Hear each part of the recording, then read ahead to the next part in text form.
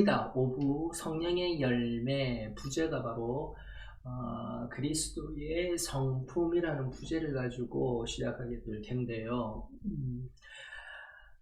사도 베드로는 성령의 감동으로 우리에게 그리스도인으로서 어떤 자질이 필요한지 권면합니다. 그러므로 너희가 더욱 힘써 너희 믿음의 덕의 지식의 절제를, 절제의 인내를, 인내의 경건의 형제 우애를, 형제 우애의 사랑을 더하라. 이런 것이 너희에게 있어 흡족한즉 너희로 우리 주 예수 그리스도를 알기에 게으르지 않고 열매 없는 자가 되지 않게 하려니와. 베드로후서 1장 5절로부터 8절까지의 말씀입니다.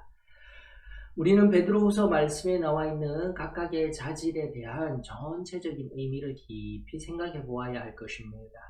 그리스도인으로서 이러한 자질을 모두 가지고 있으면 그리스도의 말씀에 순종하며 열매 맺는 자가 될 것입니다.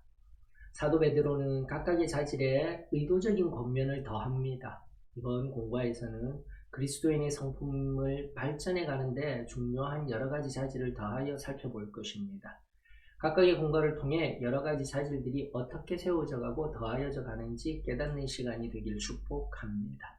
네, 그렇습니다. 지난번 4부 하나님은 당신을 향한 계획을 가지고 계십니다. 우리 커다란 틀 안에서의 구속사, 하나하나의 하나님의 사랑에, 그리고 우리에게 임한 은혜의 과정들을 살폈더라면 그 은혜 이후에 우리들 가운데 열리는 성령의 열매가 무엇인지, 우리 내면에 특별히 그리스도의 성품, 내면적인 우리의 성품이 무엇인지를 하나하나 또 살피면서 나아갈 수 있는 이 가을에 하나님 말씀, 우리 진리의 교리가 되어지기를 원합니다.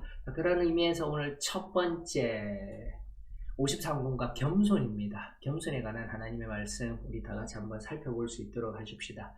성경 본문은 베드로전서 5장 5절 6절, 누가복음 14장 7절에서 11절, 잠언 29장 23절의 말씀을 본문으로 하여 오늘의 요절은 사람아 주께서 선한 것이 무엇임을 내게 보이셨나니 여호와께서 내게 구하시는 것은 오직 정의를 행하며 인자를 사랑하며 겸손하게 내 하나님과 함께 행하는 것이 아니냐.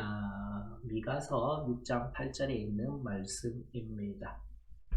자, 다시 한 번 더 겸손하게 하나님과 동행하며 하나님의 정의를 행하고 인자를, 예수 그리스도를, 나아가 세상 속에 아직도 예수 그리스도를 알지 못하는 그 누군가를 긍휼히 여길 수 있는 저와 여러분들의 신앙으로서, 그리고 신앙함으로써의 그 온전한 내 안의 성품으로서의 첫 번째 겸손에 관한 의미들 우리 살펴볼 수 있었으면 좋겠습니다. 자, 베드로전서 5장 5절입니다. 젊은 자들아 이와 같이 장로들에게 순종하고 다 서로 겸손으로 허리를 동이라. 하나님은 교만한 자를 대적하시되 겸손한 자들에게는 은혜를 주시느니라. 그러므로 하나님의 능하신 손 아래에서 겸손하라. 때가 되면 너희를 높이시리라. 아멘. 겸손해야 할 이유들이 여기 베드로전서 5장 5절 6절의 말씀 가운데 녹아 있습니다. 자, 두 번째 본문입니다. 누가복음 14장 7절로부터 11절까지입니다. 청함을 받은 사람들이 높은 자리 택함을 보시고 그들에게 비유로 말씀하여 이르시되 내가 누구에게나 혼인잔치에 청함을 받았을 때에 높은 자리에 앉지 말라. 그렇지 않으면 너보다 더 높은 사람이 청함을 받은 경우에 너와 그를 청한 자가 와서 너더러 이 사람에게 자리를 내주라 하리니 그때 내가 부끄러워 끝자리로 가게 되리라. 청함을 받았을 때에 차라리 가서 끝자리에 앉으라. 그러면 너를 청한 자가 와서 너더러 벗이어 올라앉으라 하리니 그때에야 함께 앉은 모든 사람 앞에서 영광이 있으리라. 무릇 자기를 높이는 자는 낮아지고 자기를 낮추는 자는 높아지리라. 우리가 잘 알고 있는 예수님의 비유를 통한 겸손의 의미들, 그것이 우리들 가운데 새기어질 하나님의 말씀이 되어지면 좋겠습니다. 마지막 본문입니다. 잠언서 29장 23절, 사람이 교만하면 낮아지게 되겠고 마음이 겸손하면 영예를 얻으리라. 아멘. 다시 한 번 더 겸손함으로 저와 여러분들 사람과 하나님 앞에 영광을 드높일 수 있는 또 영예를 얻을 수 있는 저와 여러분들이 되었으면 좋겠습니다. 자, 이번 분기에는 진정한 그리스도인의 특성에 관해 생각해 보십시다. 의심의 여지 없이 오늘 연구의 주제인 겸손이 훌륭한 출발점입니다. 우리가 주님과 동행하려면 겸손한 태도를 가져야 합니다. 예, 그렇습니다. 내가 겸손할 때에 주님과 동행할 수 있습니다. 주님보다 앞서 나가지 아니하며 주님보다 반발짝 정도 뒤에 선 자리에서 동행하는 그 아름다운 모습 저와 여러분들의 모습이 되어졌으면 좋겠어요. 자, 이사야 57장 15절에 있는 말씀입니다. 지극히 존귀하며 영원히 거하시며 거룩하다 이름하는 이가 이와 같이 말씀하시되 내가 높고 거룩한 곳에 있으며 또한 통회하고 마음이 겸손한 자와 함께 있나니 이는 겸손한 자의 영을 소생시키며 통회하는 자의 마음을 소생시키려 함이라. 아멘. 자, 여기에 아주 놀라운 비밀이 있습니다. 어떠한 은혜, 은혜가 굉장히 포괄적인 의미로 사용되고 있는데 오늘은 여기 이 본문에 준하여서 또 이 교리에 준하여서 겸손과 함께 엮이워진 특정한 은혜가 있어요. 이미 말씀을 통해서도 발견할 수 있는 그 은혜가 또 무엇인지 반드시 우리가 그 은혜를 얻어야 하고 또다시 유지해야 할 은혜가 있습니다. 바로 겸손을 통해서 우리에게 주시는 그 은혜가 무엇인지 또 이 시간 보화를 캐내어 보십시다. 자, 첫 번째 질문입니다. 야고보서 4장 10절과 누가복음 14장 11절에서 밝힌 원리에 대해 여러분 어떻게 설명할 수 있습니까? 라는 질문인데요. 말씀을 먼저 보아야 되겠죠. 원리입니다. 즉 영적인 원리가 무엇이냐라는 것이에요. 야고보서 4장 10절입니다. 주 앞에서 낮추라 그리하면 주께서 너희를 높이시리라. 누가복음 14장 11절입니다. 무릇 자기를 높이는 자는 낮아지고 자기를 낮추는 자는 높아지리라. 예, 말씀 그대로입니다. 스스로 자신을 높이면 낮아지게 될 것이며 반면에 스스로 자신이 겸손해지면 하나님의 때에 하나님의 방법으로 높아질 것입니다.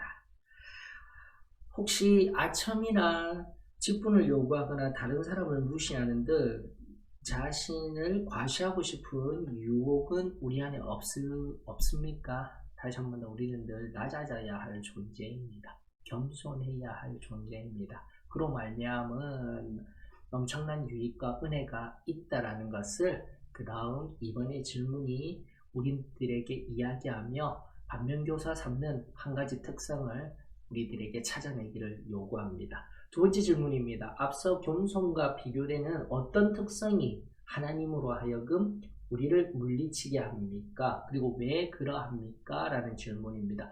답 알죠? 겸손의 반대. 야고보서 4장 6절 볼까요? 그러나 더욱 큰 은혜를 주시나니 그러므로 일렀을 때 하나님이 교만한 자를 물리치시고 겸손한 자에게 은혜를 주신다 하였느니라. 바로 이 특성은 교만입니다. 교만. 즉 내가 겸손하지 못하면 중립지대는 없습니다. 교만합니다. 다시 한 번 더요. 굉장히 중요한 영적 원리입니다. 겸손하지 못한, 난 겸손하지 못합니다 하게 되면 나는 교만합니다 라는 뜻이에요. 이렇듯 겸손과 교만을 대비의 관계석에서 너무 이분법적으로 해석하지는 않아야 되겠지만 의미를 깊이 두지는 아니하여야 하겠지만 그럼에도 불구하고 겸손의 반대는 교만입니다 라는 지혜를 가지고 다시 한 번 더 낮은 자리에서 항상 하나님과 또 사람 앞에 나아갈 수 있는 저와 여러분들이 되었으면 좋겠습니다.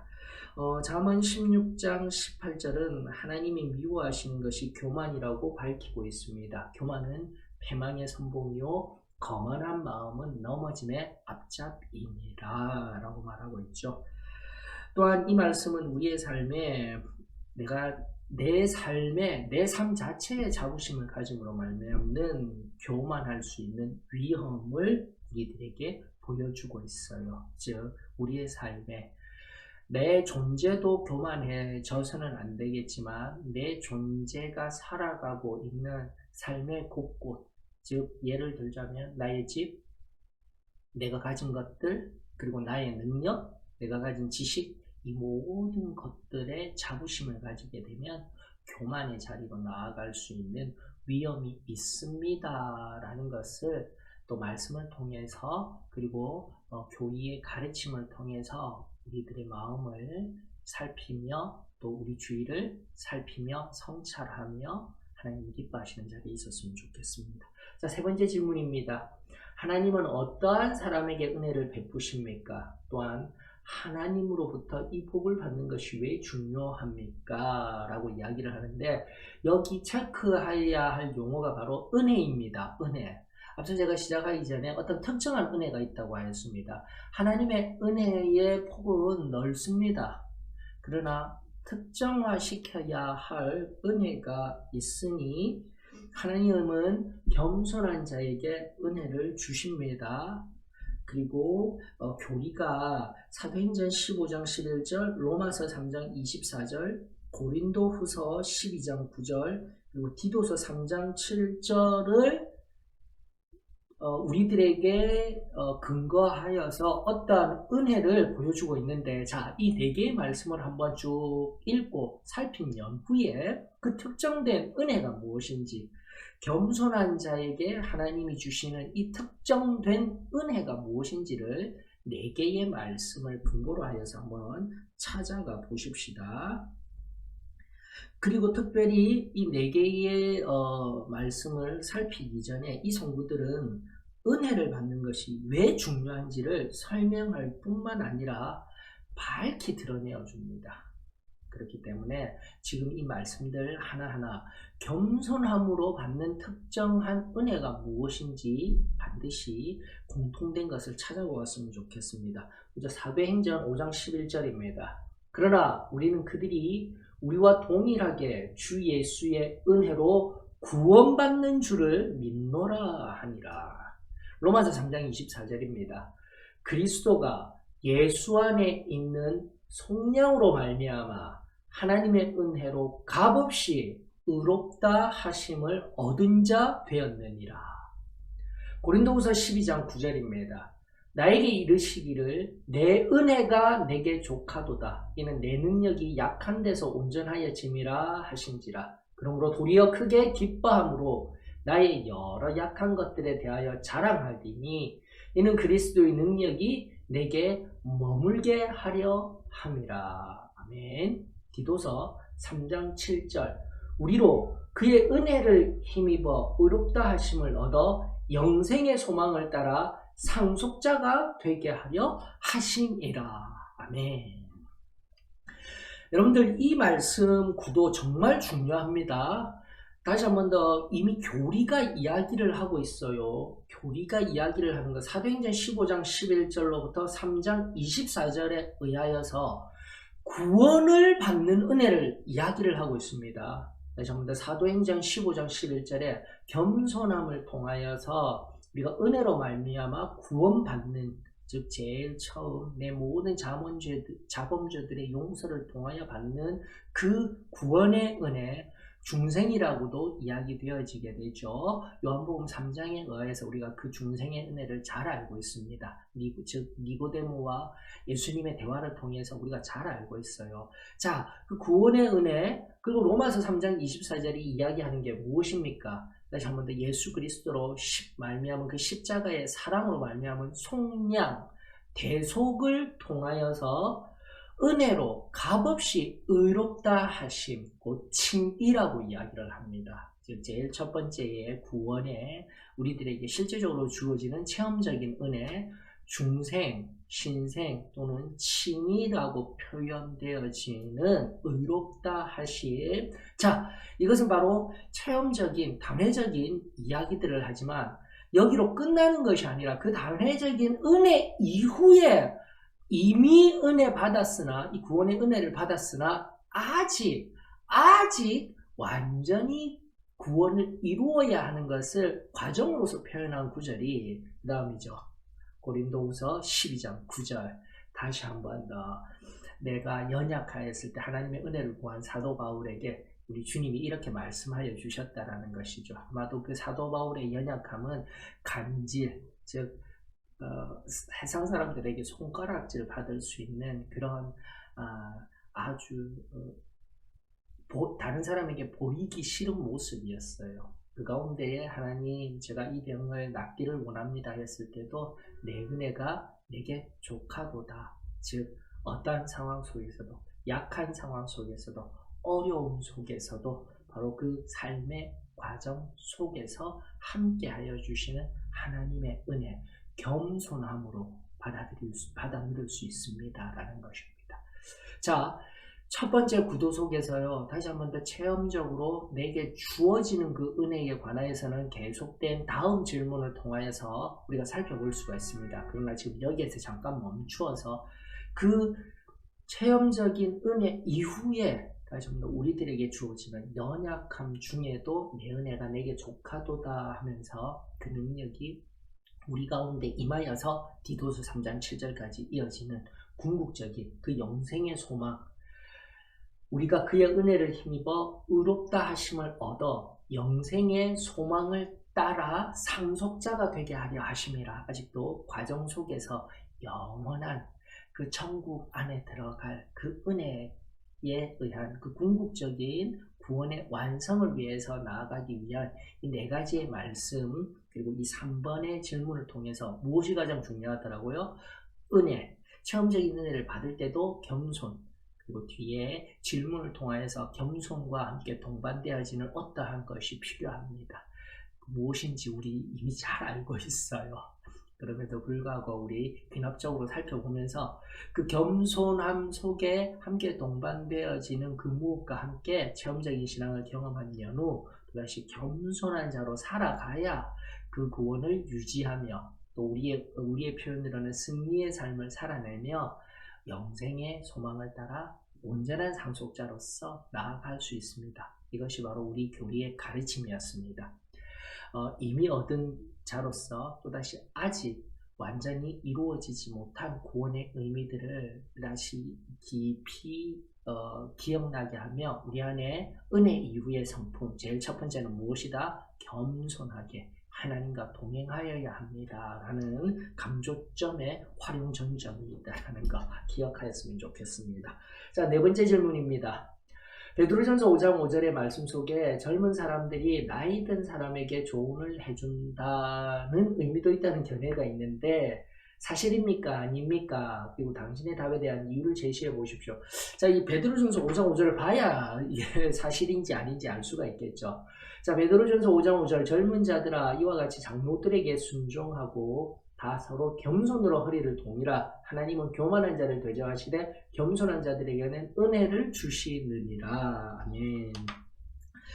자, 4번에 우리의 이 성경 공부에 의한 불의적인 대답, 이것은 분명히 거짓입니다. 왜입니까? 젊은 자들아 이와 같이 장로들에게 순종하고라 되어 있는데 질문 자체가 젊은 사람들이 나이 든 사람에게 조언을 해준다라는 질문을 하였던 거예요. 여기에서 우리가 조금 더 깊은 고민을 해야 됩니다. 자, 우리가 지금 공부하고 있는 것이 미국 포틀랜드 본부교회에 있는 즉 서구적인 사고에 입각한 교훈이기 때문에 그럽니다. 좀 더 쉽게 접근하자면 서구의 개인주의와 그리고 동양의 공동체주의가 지금 충돌하고 있어요. 아니 이걸 왜 이 설교 공부 시간에 나왔지? 이 당연한 것을 이야기하고 있는데 우리에게는 당연하지만 서구의 개인주의화된 관점 속에서는요. 바로 젊은 사람들이 더 똑똑하다라는 거예요.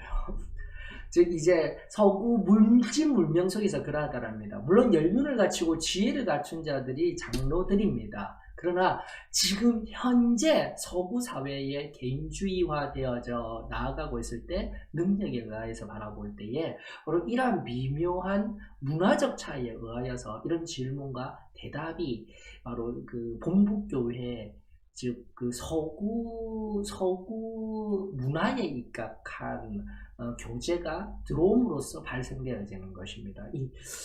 이런 부분들을 좀 여러분들이 눈여겨보셔야 되는 겁니다. 그러면서 아니다라는 거예요. 우리들에게 너무나 당연한 거예요. 즉 어른을 공경하는 것이 우리들에게 너무나 당연한데, 일단 서구 사회에서는 어른이 나이가 들어가게 되면은 젊은 사람들이 다시 한 번 더 더욱더 지식이 더욱더 많으며 그 환경 변화에 잘 적응해 나아가는 것이 좀 더 우선순위를 가지게 될 때 성경적인 권면을 하고 있는 겁니다. 충분히 이해하셨으리라 믿습니다. 자, 그런 의미에서 다시 한 번 더 어른을 공경하는 일이 예의일 뿐 아니라 겸손의 한 측면이라는 것을 강조하고 있어요. 일단은 우리 영어적 사고, 서구적 사고에 입각한 대답입니다. 그러나 우리 동양적 사고에 익숙한 한국 사도의 신앙교회 성도들은 너무 당연한 거예요. 너무 당연한 거예요. 그러면서 이 부분을 좀 한 번 더 생각을 좀 깊게 해보아야 합니다. 자, 그러면서 일단 학생들에게 다시 한 번 더 어른을 존중하고 존경심을 보여드릴 수 있는 모습을 찾아보라는 거예요. 그것이 겸손이다라고 가르치고 있는 것입니다. 서구의 그 문화 속에서요. 우리에게 너무나 당연하다는 거. 이걸 기억하시면서 좀 4번과 4번의 대답을 질문한 것과 그 답을 좀 유익 있게 좀 살펴야 합니다. 자, 그러면서 계속된 연하여진 5번에 대한 성경적인 답을 찾아 나아가는, 또 노력하는, 자신의 문화와는 다르지만 성경 안에서 답을 찾아 나아가고자 하는 노력들을 여러분들 우리가 캐치해낼 수 있어야 돼요. 계속 강조합니다. 우리 동양적인 문화에서 너무 당연한 얘기들이에요. 자, 그러면서 5번 본문에 따르면 베드로가 우리에게 또 무엇을 하라고 언급합니까? 우리는 그러한 행동을 어떻게 할 수 있습니까? 앞서 어떤 거요? 베드로전서 5장 5절을 보라는 거예요. 그러면서 서로가 겸손으로 허리를 동이고 순종하라는 것입니다. 자, 정확하죠? 다시 한 번 더 서로 겸손히 서로 순종하라는 거예요. 서로. 그러므로 모두가 서로 순종하라는 교훈을 순종함으로 얻는 긍정적인 효과에 관하여서 성경적인 답을 찾으려는 서구 문화에 의한, 즉 개인주의적인, 그리고 나아가 젊은이들이 좀 더 지식을 더욱더 잘한다라는 의미에, 비단 모르겠습니다. 일단 저도 기성세대화 되어져 가는 것 같아요. 당연하게 동양적인 사고를 가져야 한다지만 일단 30대, 20대는 이제는 전혀 다른 세대라고 저는 생각합니다. 그러나 30대도 과도기인 것 같아요. 그나마 어른들을 존중할 수 있는 동양적인 문화가 충분히 있지만 점점 더 서구 문화를 닮아가는 것 같아요. 자, 그래야 했을 때 정리를 좀 하십시다. 결국 이 말씀을 통하여서 말씀에 녹아 있는 그 진리를 다시 한번 서구 문화에 우리 미국 교회가 자꾸 그걸 말씀을 통하여서 나아가고자 하는 이 방향은 정말 우리가 주의 깊게 살펴야 되는데, 우리에게는 다시 한번 당연한 거예요. 어른을 존중하는 것. 당연한 거예요. 그런 의미에서 지금 4번, 5번 겸손의 의미들을 찾아내셔야 합니다. 그래서 서로 겸손, 서로 순종의 의미를 가지고, 그것이 바로 겸손한 모습입니다. 서로 존중의 의미죠. 좀 더 이것을 우리 한국의 상황 가운데 우리 문화에 조금 더 적절하게 제가 표현을 하고 싶은 것은, 나이 든 자는 젊은이에게 배워야 합니다. 지식 배우셔야 합니다. 이제는 정말 4차 산업의 혁명이 도래되어지고 지금도 메타버스 시대로 넘어갈 시대에 도래되어졌습니다. 즉 사이버 세상이 앞으로 지배하게 될 상황 속에서 내가 컴퓨터도 제대로 다루지 못하고 스마트폰도 제대로 다루지 못하고 있는 상황 속에서 다시 한번 젊은이들에게 지식적으로는 배워야 합니다. 이게 존중되어져야 되는 것이고요. 두 번째, 젊은이는 나이 든 자의 연륜을 반드시 존중해야 합니다.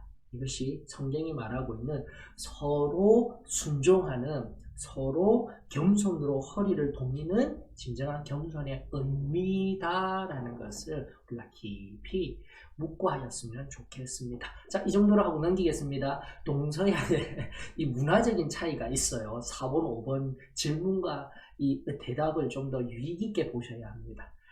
자, 6번의 질문으로 넘어갑니다. 누가복음 14장 7절에서 11절 이미 앞서 본 예수님의 비유입니다. 예수님이 비유로 말씀하시며 참석한 사람들, 바로 그곳에 함께한 사람들에게 분명 좋은 교훈으로 이 말씀을 주셨습니다. 이것이 오늘 우리들에게 어떠한 가르침을 준다고 생각되십니까?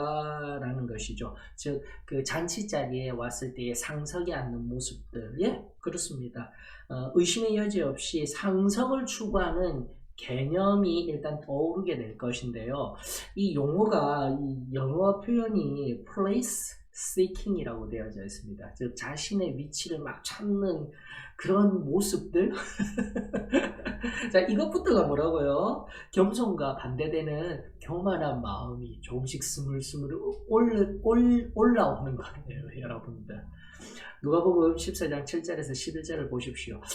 저기가 내 자리인데 내가 저 사람보다는 조금 앞서야 되는데, 바로 이런 비교하는 place seeking, 자신의 위치를 찾으려는 그 마음, 내가 저희보다는 높은데 나이에 의하여서 이미 앞선 우리 지금 서구 문화를 이해하여야 합니다 하면서 그 성경적인 대답을 찾아 나가려는 노력들을 한번 보셔요. 우리 너무나 당연하죠. 나이 든 사람이 한마디 하게 되면은 젊은 사람 무조건 이제는 그런 시대가 지나가고 있습니다. 제발 제발. 그러면서 다시 한 번 더 일단은 place seeking의 이 의미들, 내가 막 내 자리를 찾으려고 하는 그 마음 자체가 겸손과 반대되는 의미입니다. 개념적으로 다시 한 번 더 우리들에게 새로워졌으면 좋겠습니다. 자, 연하에서 계속 7번으로 넘어가면서 또 좀 더 구체화시키십시다. 결국 그것이 교만하다라고 이야기하며, 교만의 죄는 하나님이 가증스럽게 여기시는 죄 중에 첫 번째입니다. 잠언 16장 16절 17절 한번 보십시다. 여호와께서 미워하시는 것, 곧 그의 마음에 싫어하시는 것이 67가지이니 곧 교만한 눈과 거짓된 혀와 무지한 자의 피를 흘리는 손과 하면서 쭉쭉쭉쭉 나가는 것입니다. 교만인 거예요. 첫 번째는 일단은 교만. 자, 사단이 천국에서 쫓겨난 것은 교만 때문이었습니다. 우리가 잘 알고 있죠. 그는 하나님만큼 높아지려고 했습니다. 잘 알고 있는 그 말씀 어디죠? 이사야 14장 12절로부터 15절입니다. 너 아침의 아들 계명성이여 어찌 그리 하늘에서 떨어졌으며 너 열국을 엎은 자여 어찌 그리 땅에 찍혔는고, 내가 내 마음에 이르기를 내가 하늘에 올라 하나님의 뭇별 위에 내 자리를 높이리라. 내가 북극 지폐의 산 위에 앉으리라. 가장 높은 구름에 올라가 지극히 높은 이와 같아지리라 하는도다. 그러나 이제 내가 수월 곧 구덩이의 맨 밑에 떨어짐을 당하리로다. 즉 여기 너 아침의 아들 계명성이여, 킹제임스 버전에는 루시퍼로 되어져 있습니다. 루시퍼라고 해서 룩스, 영어가 아니라 이런 빛의 밝기의 기준을 표시를 나타내는 빛의 양의 밝기를 표현한 그 룩스가 바로 여기에서 파생된 용어입니다. 빛나는 자라고 하여서 우리 편에 의하였으면 루시퍼, 곧 사단을 의미하는 것이죠. 그가 하나님만큼 높아지려고 하였을 때, 곧 교만해졌을 때 비참하게 떨어지는, 수월의 저 밑바닥까지 떨어지게 되었다라는 말씀이 바로 이사야서 14장 12절에서 15절에 나와 있습니다. 그러면서 사단도 그러할진데 사단의 자녀들이 그러한 본성을 나타내는 것은 당연한 일이다라는 것이죠. 특별히 잠언서 29장 23절에 사람이 높아지려고 하면 낮아진다라고 말하고 있습니다. 사탄이 하나님만큼 높아지려고 하였다가 저 수월의 밑바닥까지 떨어졌다라는 이사야 14장 12절로부터 15절의 말씀을 깊이 마음 가운데 새기시며, 잠언서 6장 16절 17절 말씀에 하나님은 정말 싫어하는 것 67가지가 있으니 그 첫 번째가 무엇이라고요? 교만입니다. 교만입니다. 이것을 우리가 깊이 살폈으면 좋겠습니다. 자, 그렇다면 이런 모든 것을 통합한 그 뜻이 무엇입니까? 우리의 교리적 대답을 한번 살펴보십시다. 일단 다른 사람들에게 분명하지 아니한 마음의 상태를 하나님은 교만으로 보신다라는 거예요. 앞서도 말씀드린 플레이스 시킹과 같이 겉으로는 아닌 척하고 있지만 마음은 이미 자신의 자리를 가지려고 하는 것, 그 다른 사람에게 보여지지 않냐는 그 희미한 마음의 상태조차도 하나님은 살피시며 교만으로 바라보신다는 것을 잊지 말라라는 것입니다. 그러면서 하나님은 이사야서 2장 12절에서 모든 교만한 자들을 낮아지게 한다고 말씀하십니다라는 거예요. 이사야서 보십시다. 2장 12절 대저 만군의 여호와의 날이 모든 교만한 자와 거만한 자와 자고한 자에게 임하리니 그들이 낮아지리라. 하나님은 결코 교만한 자를 내버려 두시지 아니하십니다. 이것은 하나님의 속성이셔요. 즉 속성이라는 말은 하나님의 성품이 그리하다라는 것입니다. 죄 중에 교만한 것을 가장 싫어하시고 가증히 여기신다라는 것, 그리고 기억하면서 하나님을 불순종하고 거역하는 마음의 근저, 바로 그 근저에 교만이 있어요. 교만이 싹을 틔우기 시작하면 반드시 하나님의 말씀에 불순종합니다. 질서와 권위를 무시하기 시작합니다. 내 마음대로 해석하며 나아가려는 마음들이 생기기를 시작하는 것이죠. 그러면서 교리적인 대답, 겉으로는 교만이 보이지 아니함으로 별로 문제가 되어 보이지는 않지만 그것은 불순종을 부추기는 자기 자신과 자기 의지입니다라고 명확하게 표현해 놓았어요. 즉 내 안에 다시 한 번 더 place seeking, 이 용어가 참 좋은 것 같아요. 자기 위치를 찾으려 하고 다른 사람들보다 자기 자신을 높이려 하고 이것저것 살피고 있는 그 마음의 상태, 보이지는 아니하지만 하나님은 그것을 교만이라고 말하고 있다라고 우리 교리가 이야기를 하고 있습니다.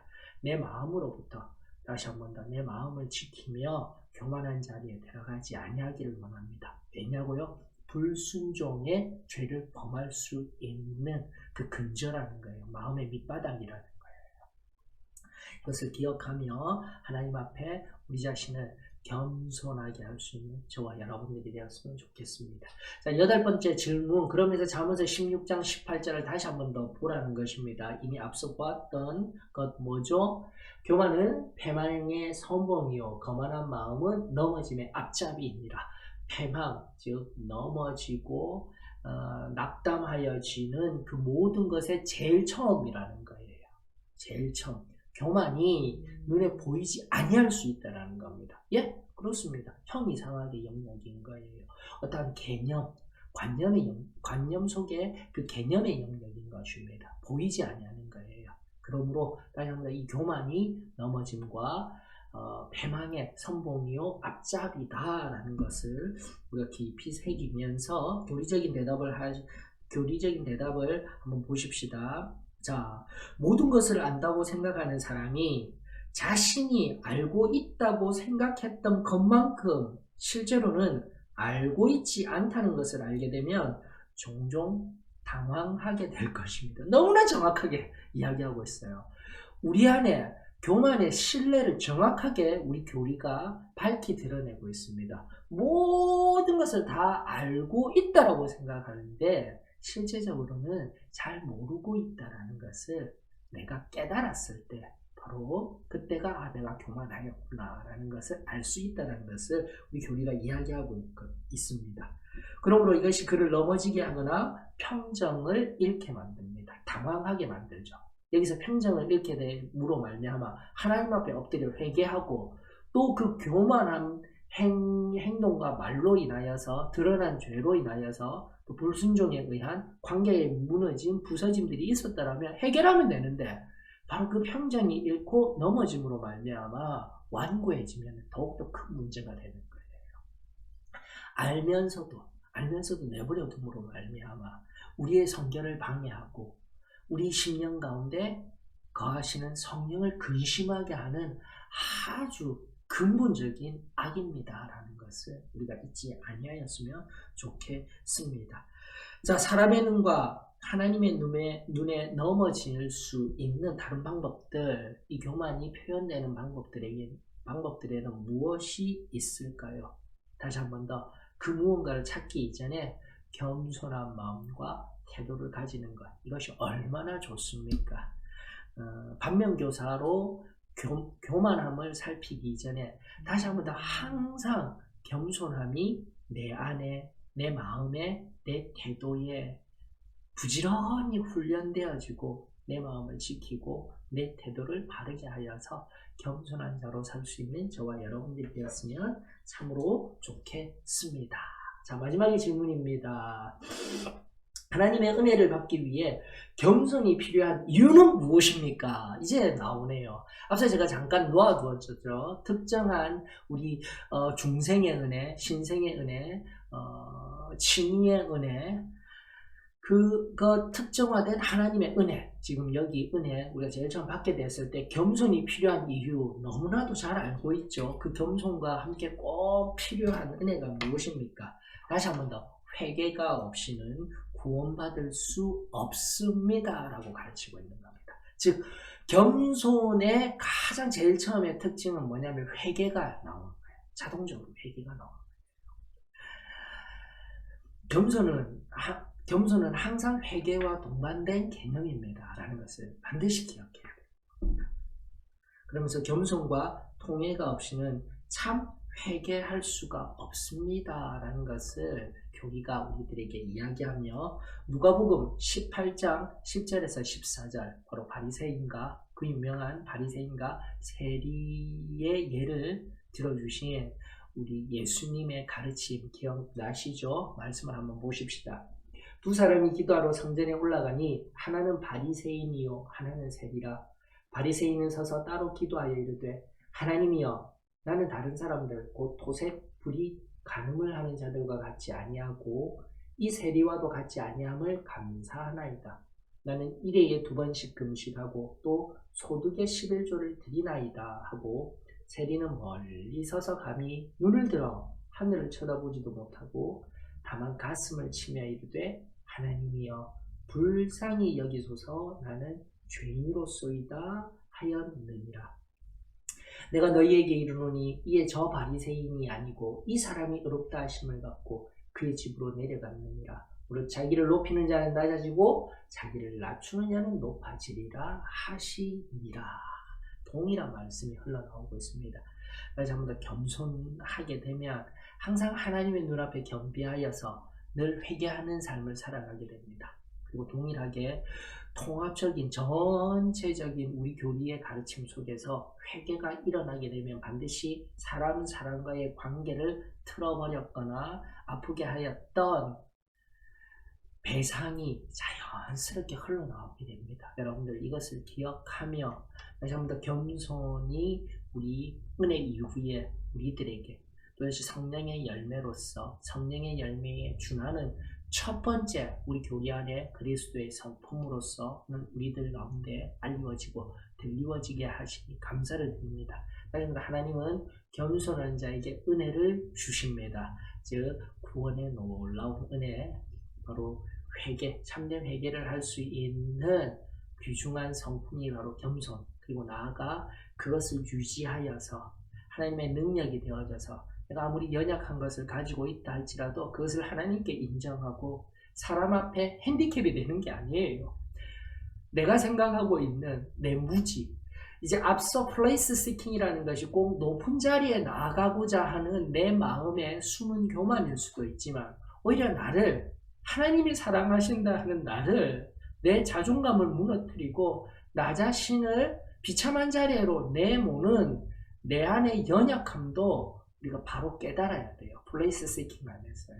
다시 한번 내 자리를 찾아 나오려 할 때 너무 나를 자존감이 낮은 자로 여기려고 할 때 하나님은 다시 한번 더 겸손할 때에 하나님은 우리에게 앞선 사도 바울의 예와 같이 어떠한 자리에 있어도 내 은혜가 내게 족하도다 말씀하시면서 어떠한 자리, 어떠한 상황 속에서도 그리스도의 그 십자가의 보혈의 은혜와 십자가의 승리의 능력으로 오늘을 살아내게 하시는, 담대하게 나아가게 하시는 이 비밀한 순결한 은혜 가운데 저와 여러분들 늘 거할 수 있기를 원합니다. 바로 그 은혜에 거할 수 있는 제일 처음에 그리스도인의 성품 뭐라고요? 겸손입니다. 겸손. 다시 한 번 더. 겸손으로 허리를 동이고 다시금 그 누군가에게, 특별히 형제 자매로부터 시작하여서요, 우리 세상 가운데 온전히 하나님의 뜻에 순종하며 서로를 존중할 수 있는, 환대할 수 있는, 사랑할 수 있는 저와 여러분들이 되기를 주의 이름으로 축원합니다.